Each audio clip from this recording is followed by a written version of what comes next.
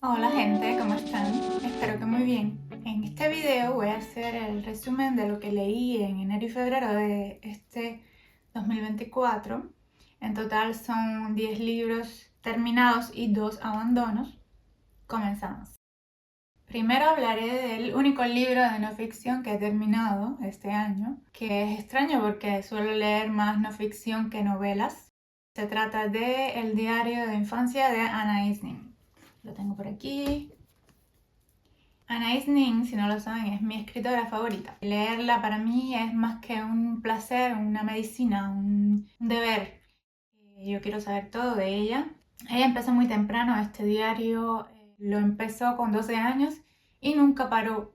Nunca paró de escribir en toda su vida y su diario tiene diferentes etapas. Los más reconocidos, los más notables de su obra son sus diarios, yo creo, amorosos que tan bellamente editó Ciruela, Incesto, Fuego, y este es su diario de infancia, o sea, es ella muy niñita en una etapa en la que hubo muchos cambios en su vida, como fue la emigración de su familia de España hacia New York. Y aquí vemos una Anais Nin niñita muy ingenua, muy fervorosamente religiosa, que estaba comenzando a conocerse a sí misma, a adaptarse a una nueva ciudad que le costó mucho trabajo. Aquí emigra con su familia, o sea, con su madre y sus dos hermanos, Thorvald y Joaquinito. Se instalan en Nueva York y lo bonito es ver cómo esta familia avanza y prospera a pesar de todas las dificultades, cómo su madre logra sacarlos adelante. Su madre, al igual que su padre, eran músicos. Su padre abandonó la familia cuando todos eran niños y su madre se las vio sola con los tres yéndose a Nueva York a salir adelante. Por suerte tuvo el apoyo de parte de la familia, gente que vivía en Cuba, por cierto, que daban en esa época, normalmente iban a Estados Unidos cada vez que querían de visita. Y aquí es interesante ver el choque cultural de Anaís con esta cultura que estaba muy lejos de la suya propia, o sea, ella se sentía más identificada con la cultura española y con la francofonía. Como ella es francesa de origen, se ve su nostalgia, cómo extrañaba a su abuela, a su papá, a Bélgica, a Francia. Voy a abrirle la puerta al gato. Ahora regreso.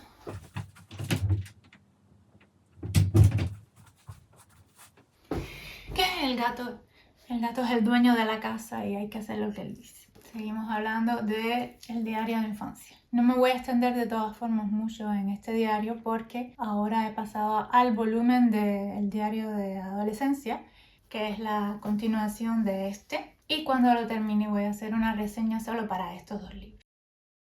A continuación me leí 3 libros de Unamuno. Bueno, me leí. En Amazon la obra de Unamuno está prácticamente gratis. Como sabrán, es un autor que está en dominio público, su obra está libre de derechos. Y lo que terminé pagando fueron 50 centavos por toda su obra para leer en mi Kindle. Y enseguida me dispuse a leer Niebla, la tan renombrada novela omnívola, como le llamaba Unamuno a estas novelas. Enseguida me dispuse a leer Niebla y a la par estaba yo explorando el sitio de la plataforma digital Biblio, que es la plataforma digital de las bibliotecas públicas de Madrid, y ahí estaban en audiolibro La tía Tula y Abel Sánchez. Entonces lo que hice fue leerme Niebla en el Kindle y escuchar en audiolibro La tía Tula y Abel Sánchez, que me parecieron experiencias interesantes porque hay mucho diálogo narrados por en el caso de La tía Tula, una narradora, y en el caso de Abel Sánchez, un narrador, cosa que me pareció muy buena porque los personajes femeninos son los más importantes en la primera y en el segundo los masculinos. Hicieron muy buen trabajo los dos, pero el resultado me pareció más feliz en La tía Tula, me gustó más. Tengo que reconocer que ninguna de las 3 novelas fue santo de mi devoción, en el sentido de que ninguna me quitó el aliento o me provocó,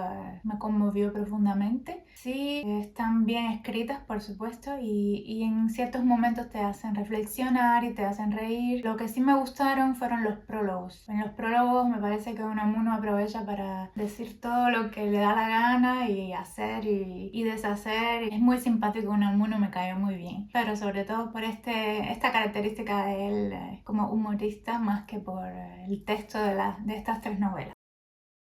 En Niebla, para comenzar, hay un prólogo y un post-prólogo. En el prólogo, quien lo hace es tal, ¿cómo se llama? Un tal Víctor Gotti, que supuestamente es amigo de Unamuno y amigo del personaje principal de esta novela. Es muy simpático el prólogo porque Gotti te va a hablar de un montón de cosas muy simpáticas e interesantes, con muchas referencias a Cervantes, Sócrates, Leopardi, al propio Unamuno, sobre todo, del que despotrica a más no poder, llegando a insinuar o a afirmar que lo que está contando sobre el personaje principal no es verdad, de cómo termina. Luego esto hace que en el post-prólogo sea Unamuno quien le responde a Gotti, llegando a acusarlo de indiscreto y hasta a amenazarlo de hacerlo desaparecer.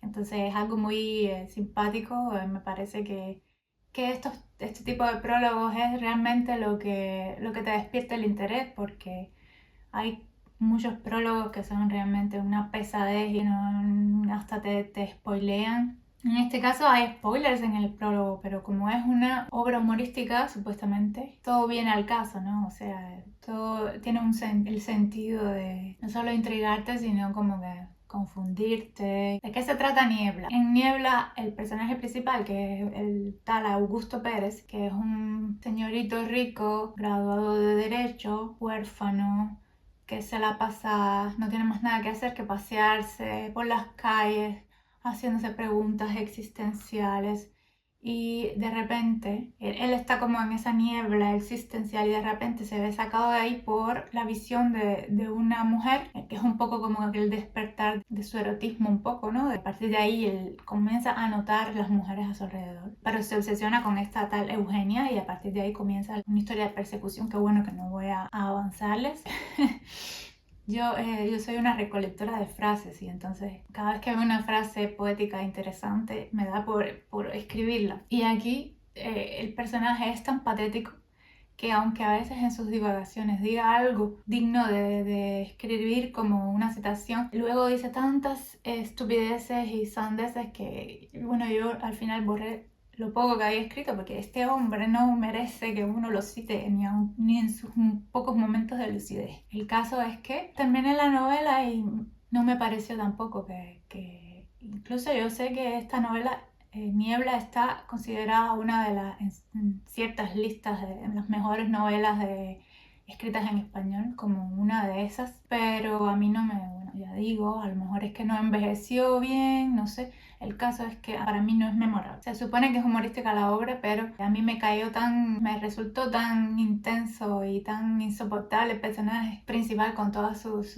estupideces que a mí se me hizo un poco pesado la historia por culpa de eso.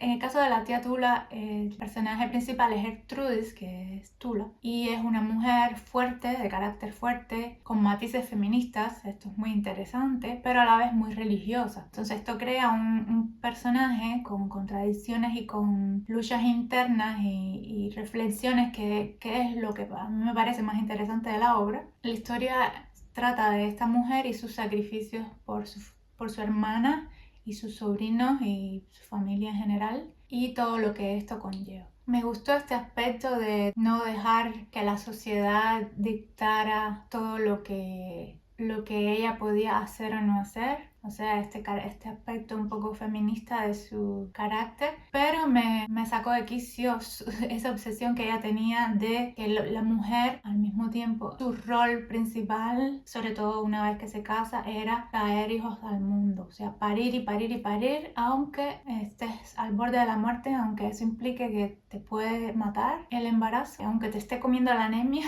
Para ella lo más importante siempre era parir y luego se verá. En cuanto al audiolibro de Abel Sánchez, la historia es una versión libre de la de Abel y Caín. Los personajes principales son Abel y Joaquín, no Caín, Joaquín. Y la historia va de Joaquín, que es una persona que se la come, la envidia se lo está comiendo por una pata, se lo está devorando. Literalmente el hombre sufre todo el tiempo, se está todo el tiempo cocinando en su propio veneno y a veces esto te da mucha lástima con él, ¿no? Y otras veces lo que lo quieres coger por el cuello y decirle, basta, está bien, ya es suficiente. La excusa que esta novela le da a Unamuno para tratar diferentes temas como son el amor filial, la envidia, el egoísmo, la religión, siempre. Me parece que está un poco opacada por esta intensidad del personaje principal y su insoportable insistencia en culpar a otros de su enfermedad. Realmente es un hombre enfermo que sufre y aunque la gente lo trate de ayudar, no es posible.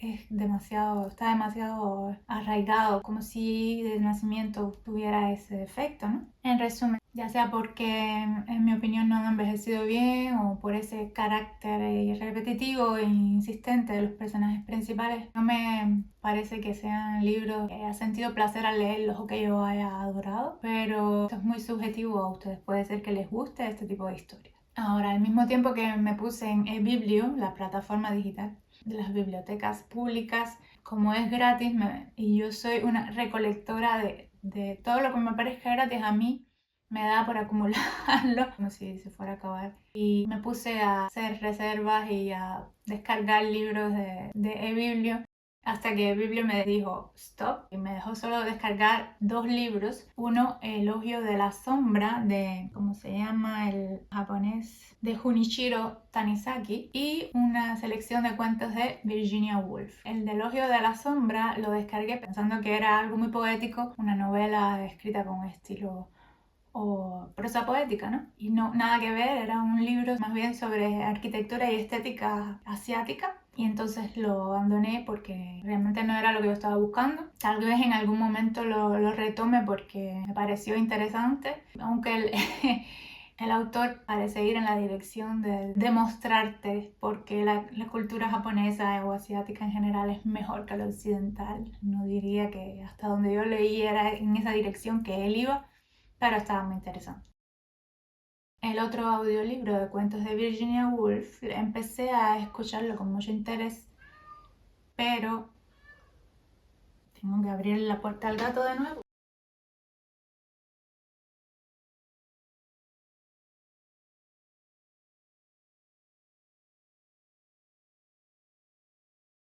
Estuve escuchándolo, los 3 o 4 cuentos que escuché me parecieron gran cosa, y cuando me llegó una notificación que decía en Biblio que había una reserva que estaba disponible para mí de un libro que yo había reservado de cuentos escogidos de Katherine Mansfield, me dije, bueno, Virginia, bye, bonjour Katherine, que me gusta más. Katherine Mansfield tiene más que ver conmigo, y aunque no he leído mucho de Virginia Woolf, lo confieso. En una ocasión Virginia Woolf dijo que Katherine Mansfield era la única escritora de la cual ella se sentía celosa. Ellas se comunicaban y se escribían cartas y colaboraban y eso. Bueno, el caso es que después de esto devolví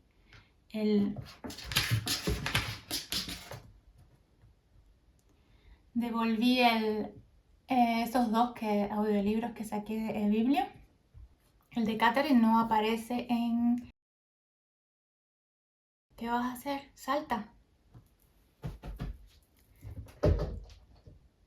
Bueno, el de Katherine aparecerá en el próximo video que voy a hacer del resumen de marzo y abril, porque todavía no lo he terminado. Como se habrán dado cuenta, yo leo lento, pero y porque leo muchas cosas a la vez. Esta es una tara que me quedó de cuando trabajaba en una biblioteca pública.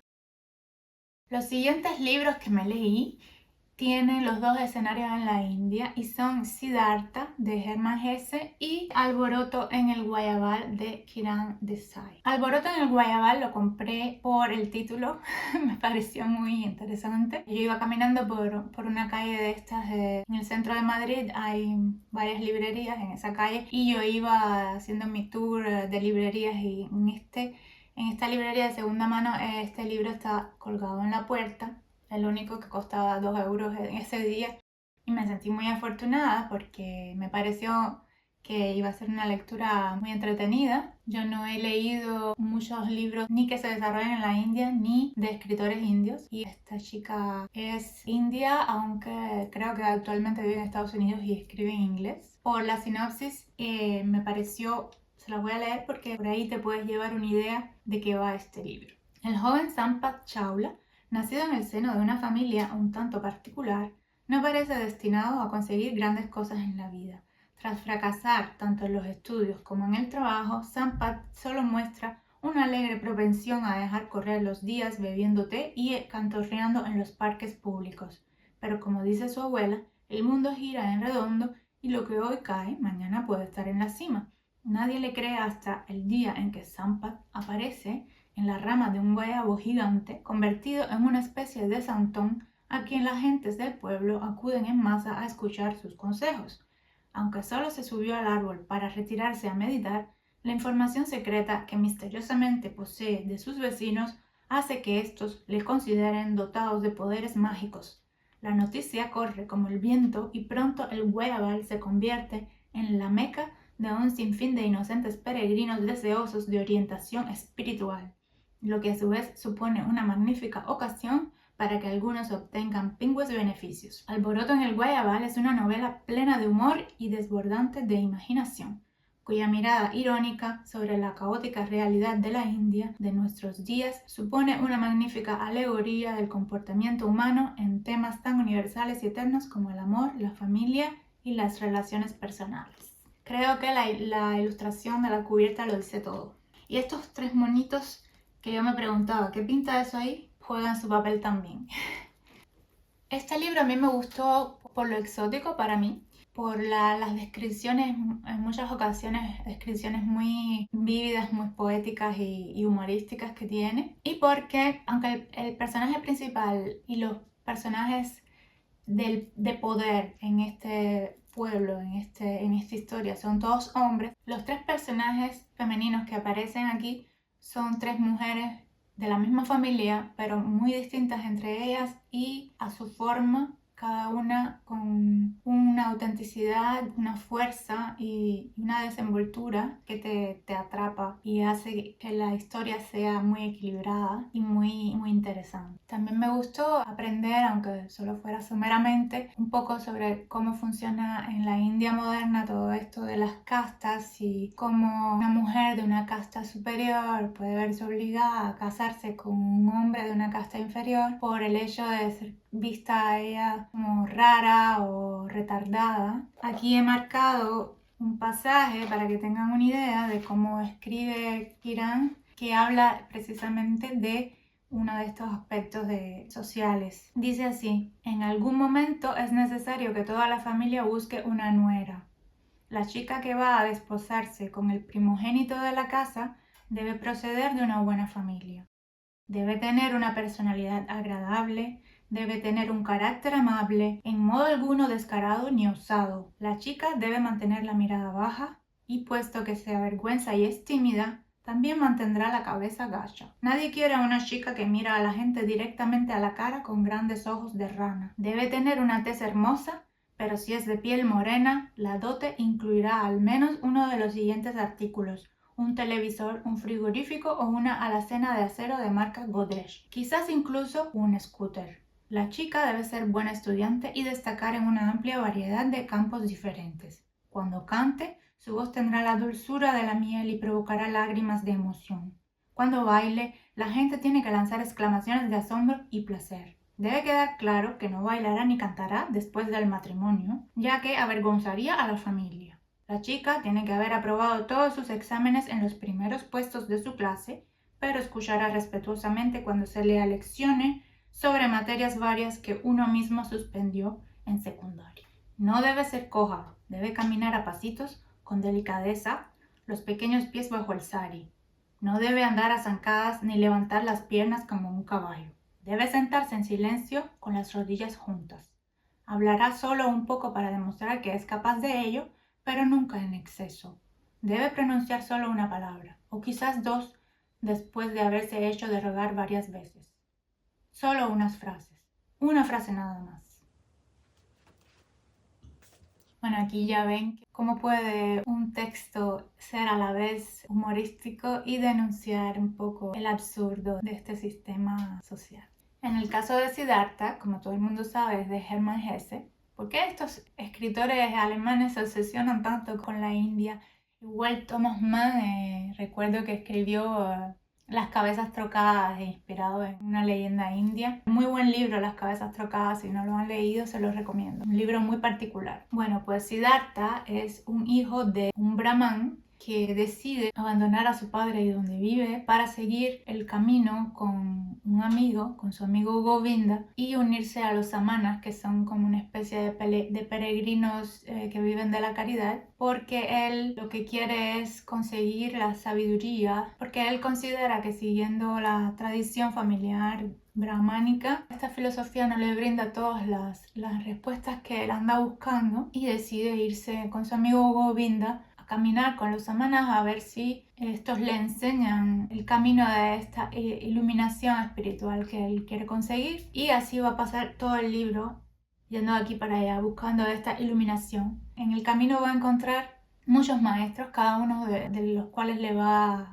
a enseñar algo, incluido el propio Buda, que todos llaman Gautama el Sublime, maestros de todo tipo, ¿no? Que le van a enseñar diferentes como senderos para llegar él mismo a donde él tiene que ir. La obra es corta y está escrita de una forma muy fácil de leer, solo que tiene muchos recovecos filosóficos, de dobles lecturas o más. Yo hice una lista de muchos pasajes que me interesaron y es posible que en algún momento le esté haciendo una reseña solo de este libro. En Goodreads hay un debate, mucha gente que para ellos este libro es como la iluminación misma, y para otros que dicen que es solo bla bla bla y citaciones místicas a lo Pablo Coelho. Yo estoy un poco entre los dos. Creo que todo depende también de las circunstancias en que accedes a esta obra. Tal vez si yo hubiera leído esta obra a los 20 años, los pasajes y la información me habrían conmovido más. Actualmente, si algo me interesa del budismo o de todas estas filosofías, es lo que tiene que ver con la terapia contra la ansiedad, todo lo que tiene que ver con el funcionamiento del cerebro, pero como tal la parte mística ya no me causa tanta atracción como antes. Después de Siddhartha y de Alboroto en el Guayabal, leí dos libros de Stefan Zweig, de los que he hablado en una reseña, que les voy a dejar el link abajo en el cuadrito de las descripciones, y por eso no me voy a extender ahora, solo voy a mencionar los títulos. Es Mendeléev de los libros y Carta de una desconocida, y los dos me decepcionaron un poco porque también, como había escuchado tantas buenas críticas, parece que mis expectativas estaban por las nubes y la caída fue un poco desastrosa. Si quieren escuchar lo que piensa con más profundidad de estos dos libros, pueden ir al video Stefan Zweig con el pie izquierdo que hice recientemente. Luego me leí La paloma del genial escritor Patrick Süskind, que como ven es un libro muy pequeñito, súper fácil de leer, que me leí creo que en un día. Es interesante, te atrapa, pero al final me quedé como, tanto lío por una paloma de mierda. A mí me pareció que era un poco exagerado, aunque está muy bien escrito, y como dice el principio de la sinopsis, situada en el París de hoy, La paloma es la historia de un incidente. Un personaje singular descubre cierto día la presencia inesperada de una paloma ante la habitación en la que reside, y este percance imprevisto y minúsculo cobra proporciones aterradoras en la mente del protagonista y convierte en una pesadilla aterradora y grotesca a un tiempo la jornada de su vida de la que el lector será testigo. Sí, yo sé que las fobias son así, que un incidente puede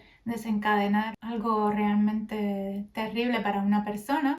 Sí, no dudo que mucha gente le parezca original y recomendable este librito. Como ya digo, a mí me gusta mucho la forma de escribir de Süskind. De lo que he leído, todo me ha parecido muy bien escrito, y sobre todo el perfume es mi favorito, me imagino que es de todo el mundo. El personaje principal de este libro, que es Jonathan Noel, tiene una historia de vida bastante peculiar, y en el momento en que transcurre esta historia, él está en un momento de su vida en el que ha alcanzado una estabilidad laboral y en el hogar, que hace que él considera que ya su vida está resuelta. Y como dice el proverbio, si consideras que que tu destino es la estabilidad, te has equivocado de planeta, porque aquí todo te está en constante riesgo de cambiar. Y esto es lo que sucede por una simple paloma que se le atraviesa en el camino. Este hombre es como casi el equivalente del fin del mundo. Uno de los pasajes que más me resultó interesante o gracioso es cuando compara su profesión, que es la de vigilante de un banco, con una esfinge. Dice, como una esfinge, así lo creía Jonathan, que una vez había leído algo sobre esfinges en sus libros. El vigilante era como una esfinge. Su efectividad no radicaba en la acción, sino en su simple presencia física. Esta y solo esta se oponía al atracador potencial. Tienes que pasar por delante de mí, dice la esfinge al profanador de sepulturas. No puedo impedírtelo, pero tienes que pasar por delante de mí. Y si te atreves a hacerlo, la venganza de los dioses y de los manes del faraón caerá sobre ti. Y el vigilante, tienes que pasar por delante de mí. No puedo impedírtelo, pero si te atreves a hacerlo, tendrás que matarme a tiros y la venganza de la justicia caerá sobre ti en forma de una condena por asesinato.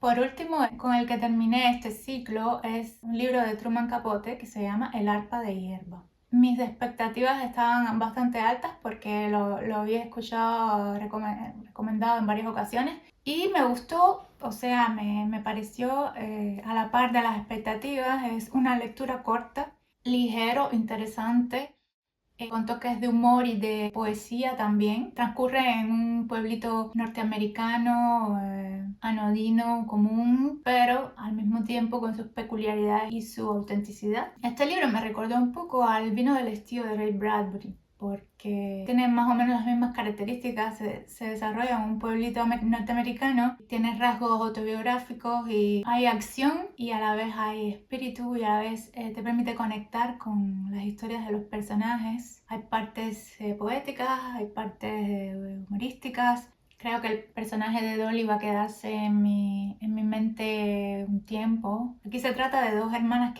solteronas que viven juntas.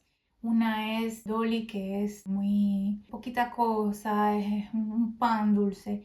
Y Verena, que es la mujer más poderosa del pueblo, con quien todos los políticos cuentan para tenerla de su lado para la campaña electoral. Son dos polos opuestos y entonces Dolly, se lleva muy bien con la cocinera, que es una negra gorda, que es muy graciosa y probablemente sea el personaje que más te va a hacer reír. Y viven también con el sobrinito Colin.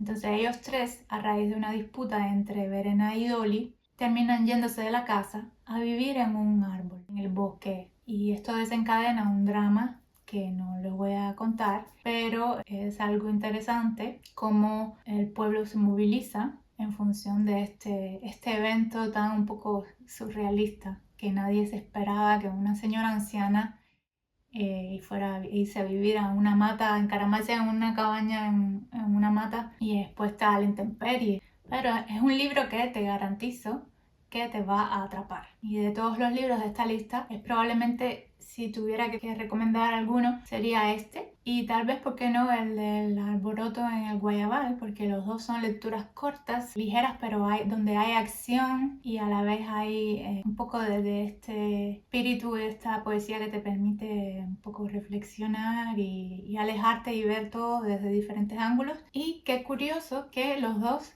son libros en los que el personaje principal decide irse a vivir a una mata. En el caso del alboroto en guayabal es una mata de guayaba, en el caso del arpa de hierba es un sicomoro, si no me equivoco. Pero qué coincidencia, ¿no? Y serían los dos que más recomiendo para una lectura agradable y ligera. Y esto es todo por hoy, espero que hayan disfrutado, que hayan tomado nota de alguna lectura interesante para el futuro y nos vemos en un próximo podcast de Susu.